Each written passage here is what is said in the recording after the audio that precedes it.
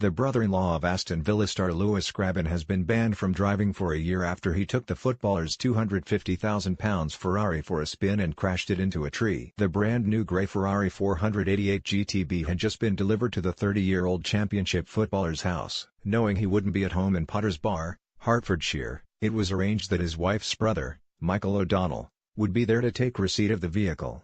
The footballer, who, at the time was a forward with Reading, left home at 7:25 a.m. on April 27 last year knowing his cherished new car would soon be delivered.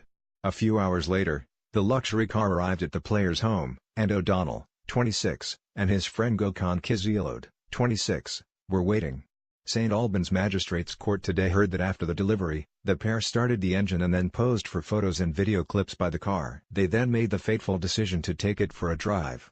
Peter Shaw, prosecuting, told the court it was decided that, because O'Donnell had injured his wrist, Kızılöz would drive and O'Donnell would sit in the passenger seat. Despite the fact he wasn't insured to drive such a high-powered vehicle, he told O'Donnell he had driven a Porsche in the past and would be able to handle it.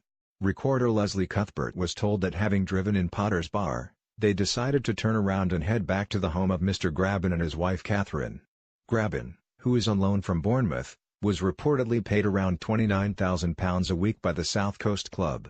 Mr. Shaw added it was as the pair were returning with Kızılöz still behind the wheel, that the crash happened shortly before 11:30 a.m. He said, he put his foot down slightly and lost control.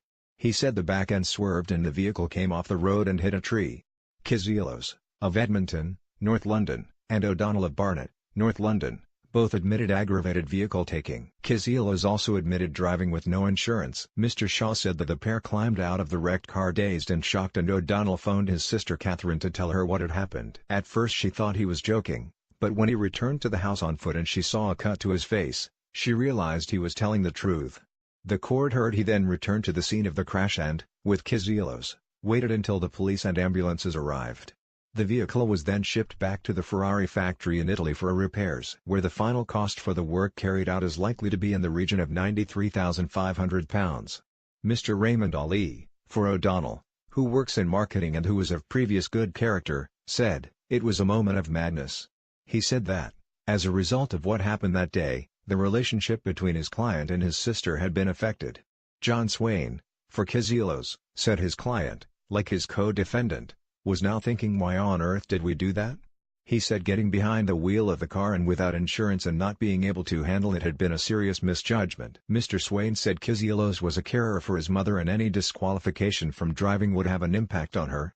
Passing sentence, Recorder Cuthbert told the men they had foolishly agreed to take the vehicle for a drive that morning. He said, "Neither of you stopped to think of the consequences. You took this vehicle out for a joyride and breach of trust of the owner, Mr. Grabban. You have no one but yourselves to blame for the sentences I impose." Both were given a 12-month community order and O'Donnell was ordered to carry out 225 hours of unpaid work and Kızılöz was told he must perform 24 hours of unpaid work. Both were disqualified from driving for 12 months.